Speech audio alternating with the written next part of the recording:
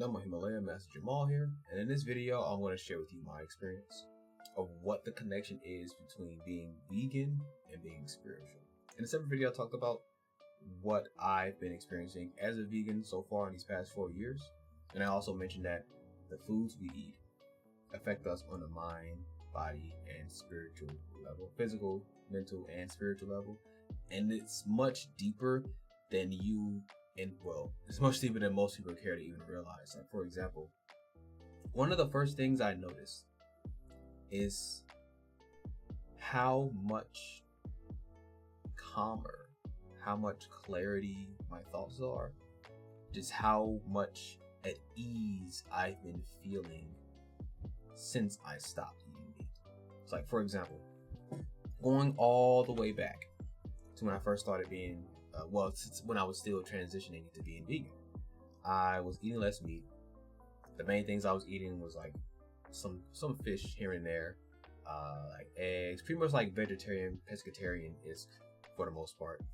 And for the first 2 weeks of me actually being vegan, it was just that. For 2 weeks after the slow transition, I did a pure plant-based, and I noticed an immediate difference. I noticed that a lot of the emotions I was experiencing before they felt very irrational. Like, I would, for example, there was this one day where I decided to eat breakfast for dinner, and it was like 3 eggs and it was like some kind of wrap I made with eggs, some kind of breakfast wrap or whatnot. And then shortly after I ate that, I went to sleep. And when I tell you, for some random reason, I don't know why, but I feel like I pinpointed it after reflecting on it some more, I was feeling a lot of fear. And I'm thinking to myself, I don't know where this fear is coming from. I'm not in any danger. So where am I feeling? Where are these energies of fear coming from? And it began to make sense once these words came to mind: you are what you eat. As soon as I thought you are what you eat, I was like, wait a minute. If you are what you eat is saying what it is implying, then by definition, am I eggs right now? As odd as it sounds, it's like, I think to myself, am I eggs right now? I was like, nah, that can't be it, because what would I just be eggs? So what kind of vibrational energy are these eggs having? And I had to think about it. It's like, okay, so for the most part, this is just me going through my thoughts and just like relaying them to you now. So for the most part, all this fear I'm feeling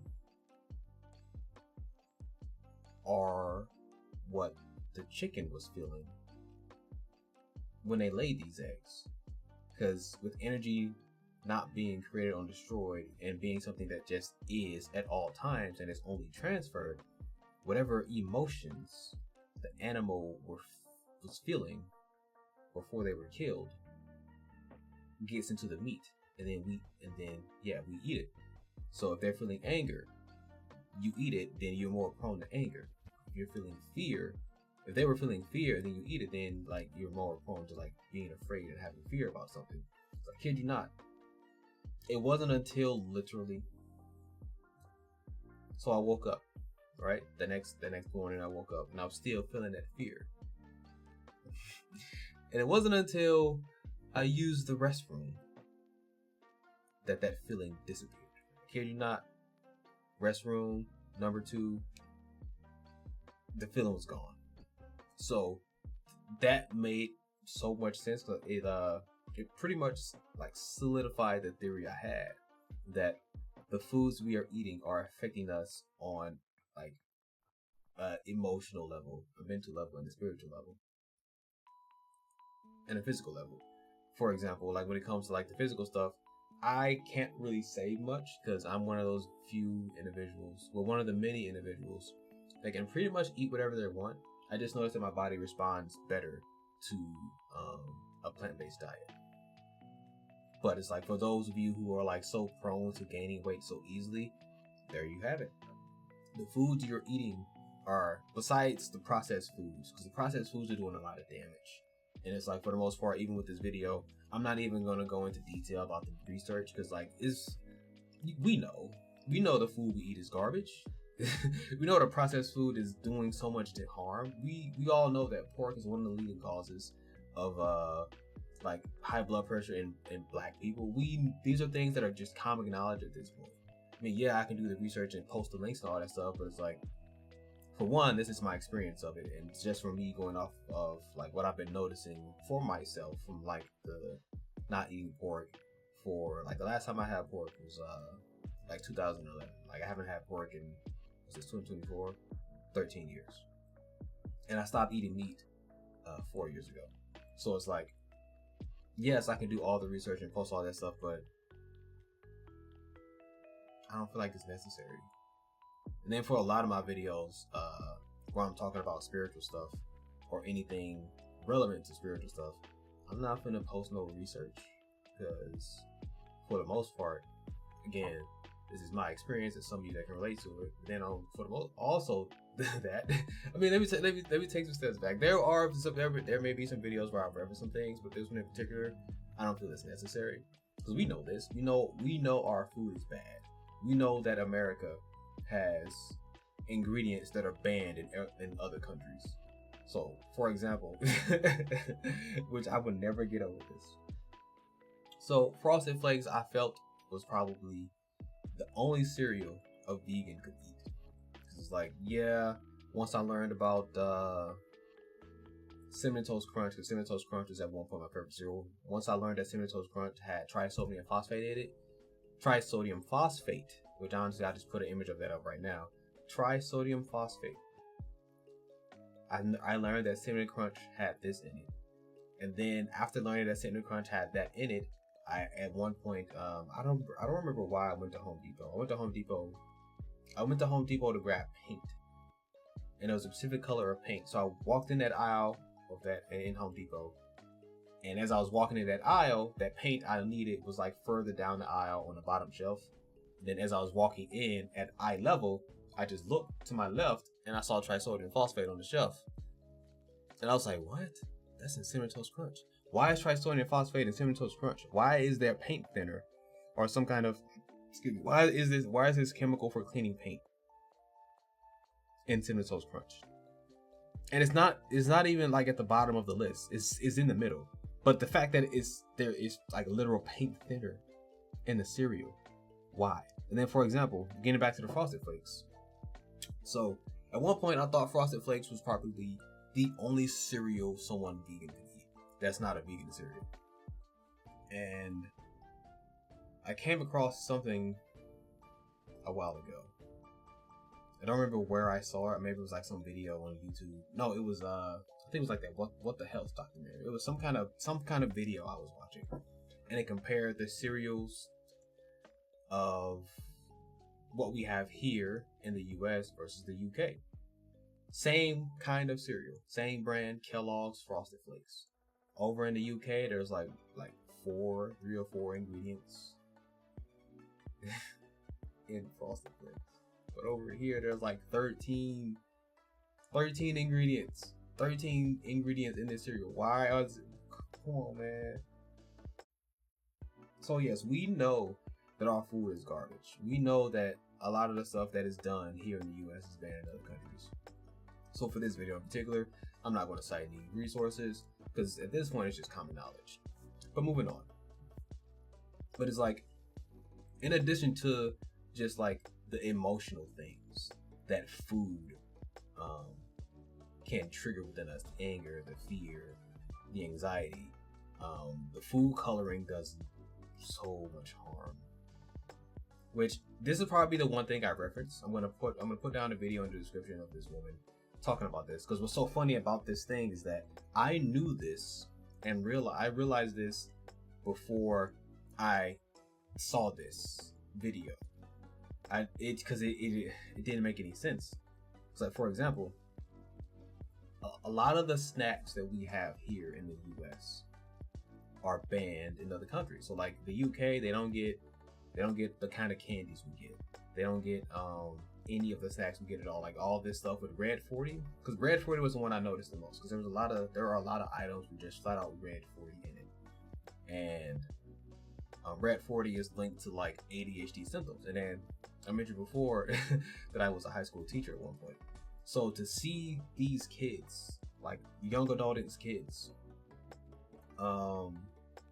drinking red Gatorades, eating Takis, eating hot Cheetos, eating hot fries, eating like all this candy and stuff with all these artificial colorings. And then to see that they can't focus in class, they don't want to do any work, they're behind, their grades are just low, and they just want to play around and don't want to sit down. It's like, we know as parents, as teachers, I mean, I'm not a parent, but as adults in general, and people who live here, we know our food is just doo-doo water. Just pure doo-doo water. We know this, right? So for us to know how bad our food is, like, now I'm going on a tangent because this is ridiculous. I'm gonna get back on it because I'm getting off topic a little bit. But yeah, food coloring. And what's so interesting about the food coloring that we have is that there are essentially food coloring, artificial colors for each of the chakras. And it seems as though the more of that artificial color relevant to the chakra corresponding color that you eat, or you consume rather, it promotes more negative effects of a blocked or dysfunctional chakra. So for red 40, you have the root chakra. And then I don't know what the artificial color is for orange, but I'm assuming they're combining yellow 5 and red 40. And then there's so many of that. And then also, side note, I want you guys to keep on the lookout. I'm just going to say this. I'm not going to reference it. I'm just going to say this because this is like an actual fact. Food colorings in the ingredients list are being called other things. If I can find that graphic, I'll show it. If not, then I wasn't able to find it. But they labeled as something different to, unfortunately, crazily, to hide them. Please look at your ingredients list. I didn't start looking at ingredients lists until I became vegan. Because once I, like, on a separate note, once I learned, I'm not even gonna talk about that yet. I'm gonna sit that over there. But yeah, I just started looking at ingredients lists until I became vegan, because there are like certain things I just wanted to not consume a lot of or any of at all. One of the things being soy, which I'm gonna talk about that. I'll put that over there, so we're gonna talk about soy in a second.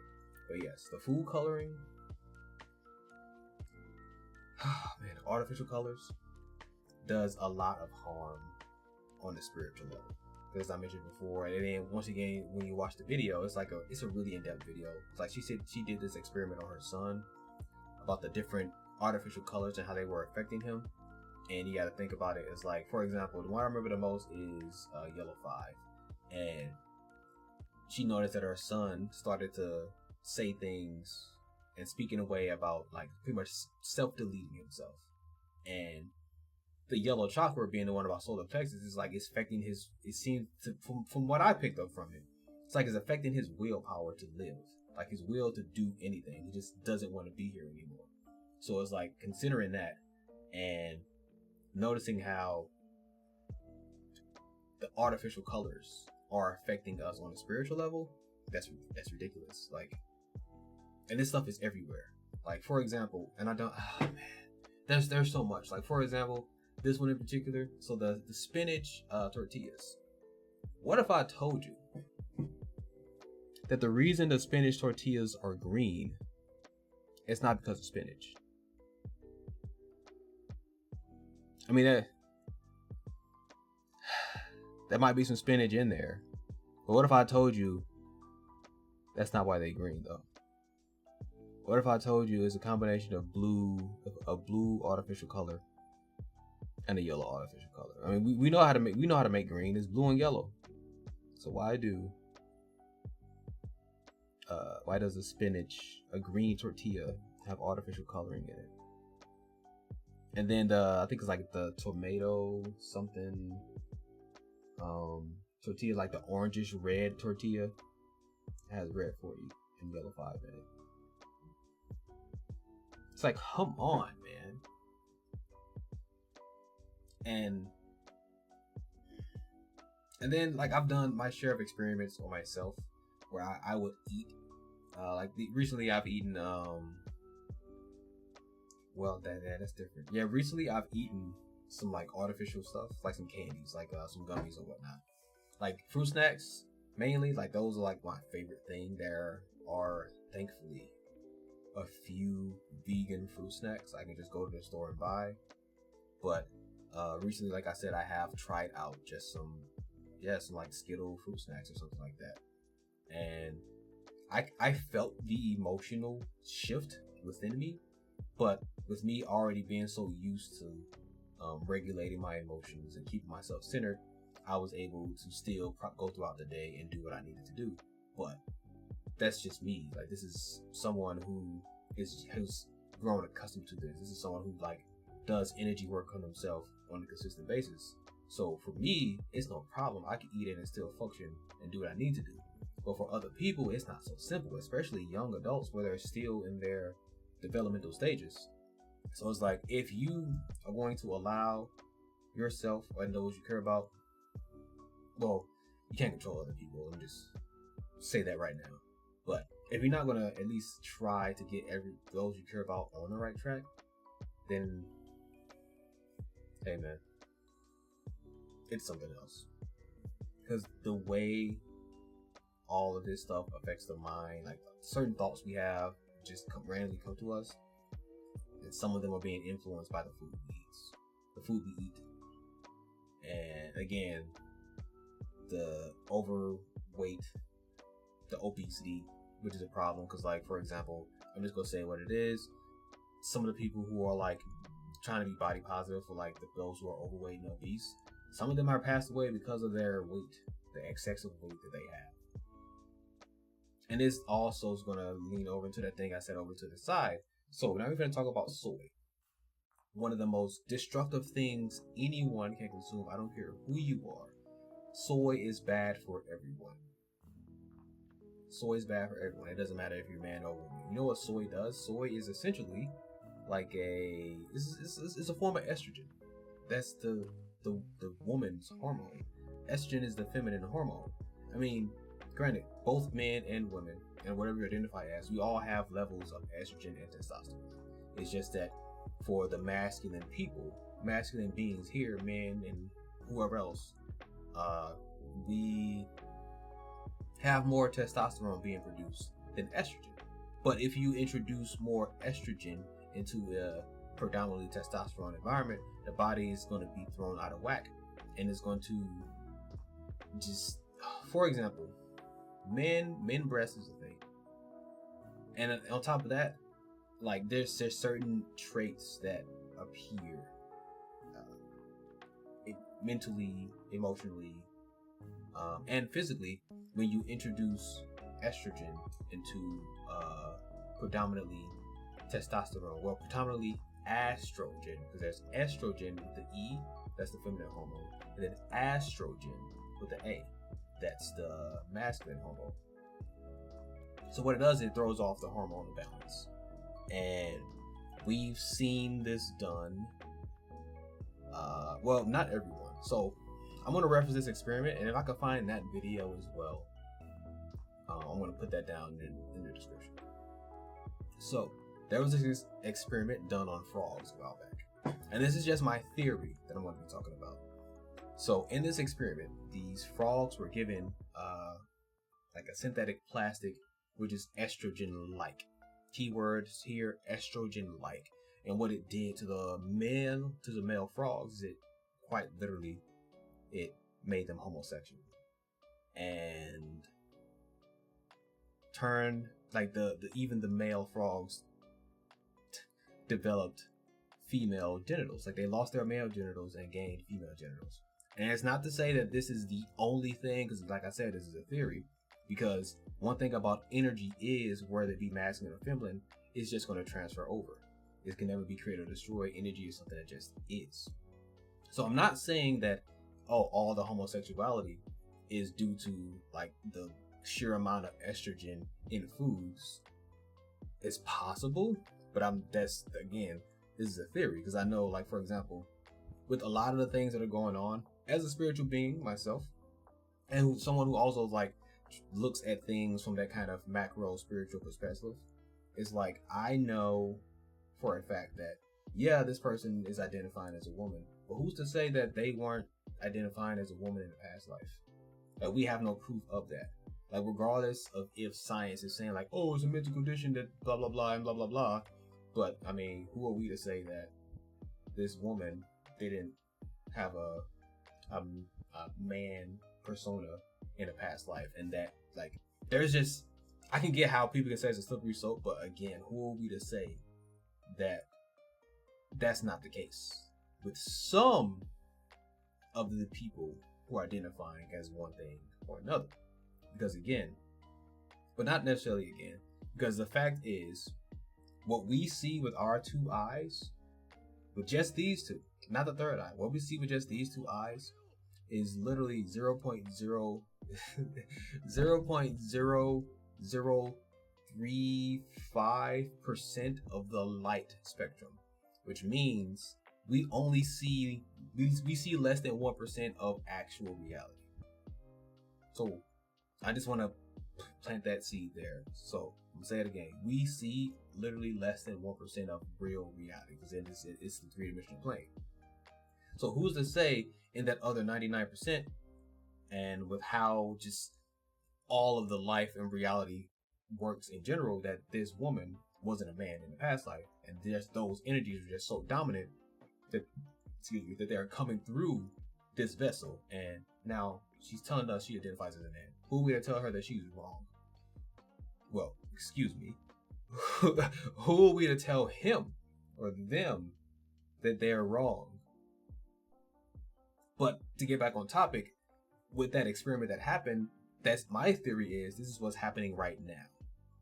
And with the excess of soy in so many things, men are becoming more feminine, more weak, more soft.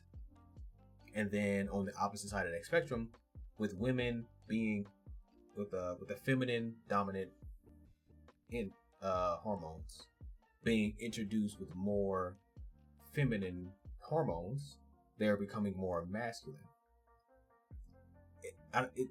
It just makes sense that it balances out that way. That's why because I'll admit, as a kid growing up, you didn't really see studs often, but now present day we're seeing a lot of that, just like with homosexuals. And that's why this theory came to mind, because it's like, it's not that it wasn't there, because I saw it growing up as a kid, because I'm a millennial. I was born in 1994. I saw studs and homosexual men as a kid all the time, but seems like to be so much more than that than when I was younger. And once I noticed that, just reflecting on all the stuff I saw just external of me growing up, I was like, oh, what if this is what's going on? Again, like I said, I'm going to stress this is a theory that I have. So this is how our food affects us, or this is how our food could affect us on a spiritual and energetic level, to the point to where too much of it can affect, well, not just a physical level, well, not just a spiritual level. Like, this is how it can affect so much of just who you are as an individual. Too much estrogen in a man can make them more feminine, can make them more weak, can make them even homosexual, can make them like have feelings and thoughts that they normally wouldn't have, because this hormone that they are like eating from the foods like tofu and like anything that has soy in it is influencing their thoughts and influencing just how they are as an individual. And the same with the women. Having this extra estrogen come into their bodies, it's making them more aggressive, more masculine, wanting to be more like a man. Like, I hope all this is making sense, because this theory is not to discredit anyone at all, but this is something to think about. Like, remove yourself. I mean, that's why it was probably so easy for me to even come to this theory, because as a heterosexual man, I don't care what you do with your life, and as long as there's like a boundary of respect to do your thing, I do my thing, we can be cool, it is what it is. But since I'm already removed from like a lot of the things that I'm talking about and aware that how estrogen can affect me,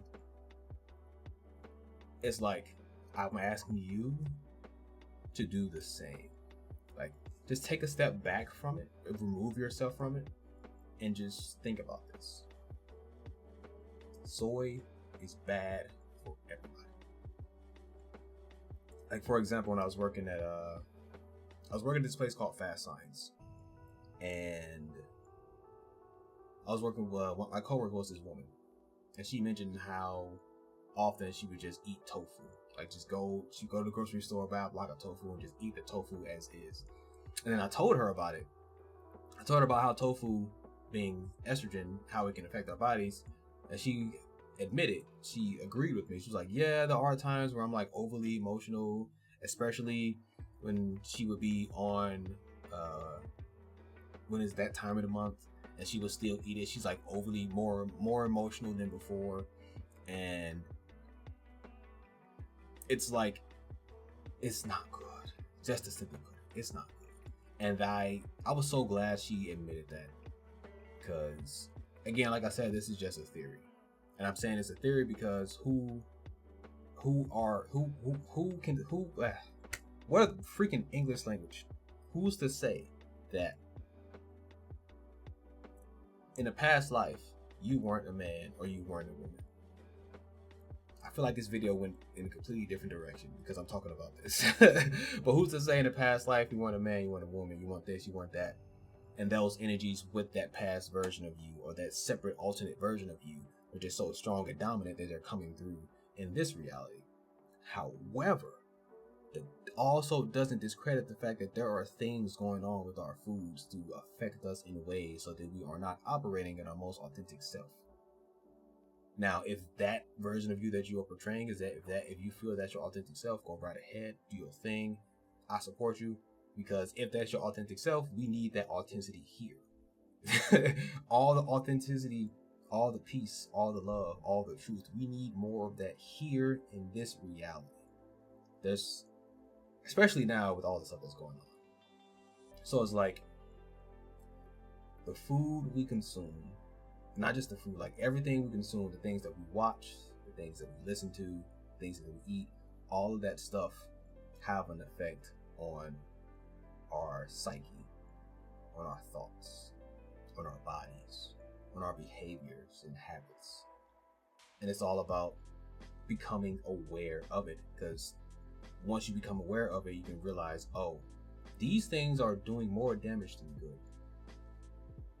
And once you realize that they're doing more damage than good, it is then your choice to decide, do you want to persist with these bad habits that are detrimental to your authenticity, or do you want to make a change for the better? I advise you just make a change for the better and see what that looks like.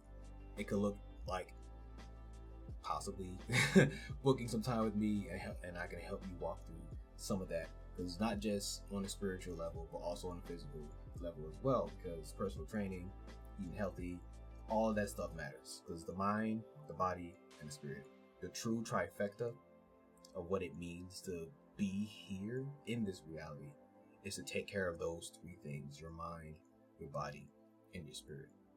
This has been Master Jamal. Don't forget to like, share, comment, and subscribe. Comment down below what your thoughts are, any of these things that I've said. And also share this video with some people that you know. Again, also my links are down below. Book me for any time so we can talk about any of the things you're struggling with, any of your manifestations. And yeah, I'll see you next time.